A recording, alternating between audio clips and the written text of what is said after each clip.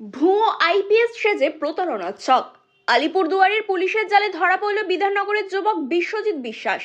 নিজেকে central আইবির IPS officer বলে দাবি করেছিল সে। অভিযোগ, দীপব্রত চক্রবর্তী নামে ভুয়ো আধার কার্ড ও ভোটার কার্ড জমা দিয়ে আলিপুরদুয়ারের এক হোটেলে উঠেছিলেন বিশ্বজিৎ। এরপরই এলাকার ব্যবসায়ীদের সঙ্গে যোগাযোগ শুরু করেন তিনি।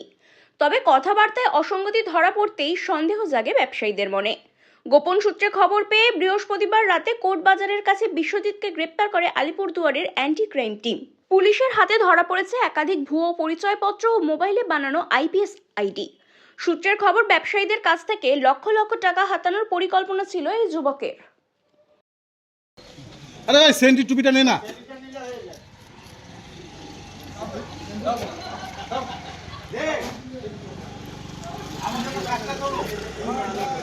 আপনি তাহলে টুপিটা এখন না,